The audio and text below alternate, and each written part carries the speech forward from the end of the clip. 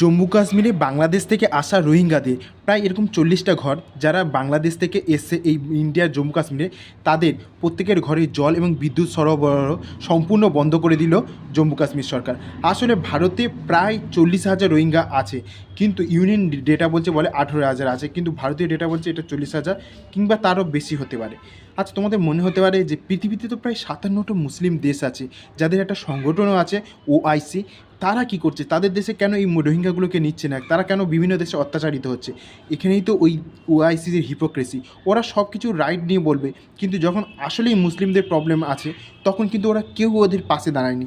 ওরা বিভিন্ন দেশে আছে, বিভিন্ন দেশে অত্যাচারিত হচ্ছে এবং সেখানে গিয়ে আবার ইনলিগালি কাজও করছে। যেমন জম্মু কাশ্মীরে এরা বিভিন্ন ধরনের ইনলিগালি কাজ করেছে, এমন ঘটনাও ঘটেছে। আর আসলে এদেরকে আমি বাংলাদেশি রোহিঙ্গা বলছি কেন? কারণ মায়ানমার বলছে এরা হচ্ছে বাংলাদেশি, কিন্তু বাংলাদেশ সরকার বলছে না, এরা আমাদের দেশীয় নয়। তো যাই হোক, এখন তো ইউনিট সরকার এই রোহিঙ্গাদের প্রশ্রয় দিচ্ছে, তারপরে বাংলাদেশে বিভিন্ন ধরনের উগ্রবাদী যেরকম সব কাজকর্ম তো আমরা দেখতে পাচ্ছি, হিন্দু নিধন যজ্ঞও চলছে এক প্রকার বলা যায়। এই কালই ঘটনা, ওখানে একটা ইস্কন মন্দিরকে পুরো জ্বালিয়ে দিয়েছে। মানে কী প্রকারে ওখানে মৌলবাদী শক্তি উদ্ভব ঘটেছে।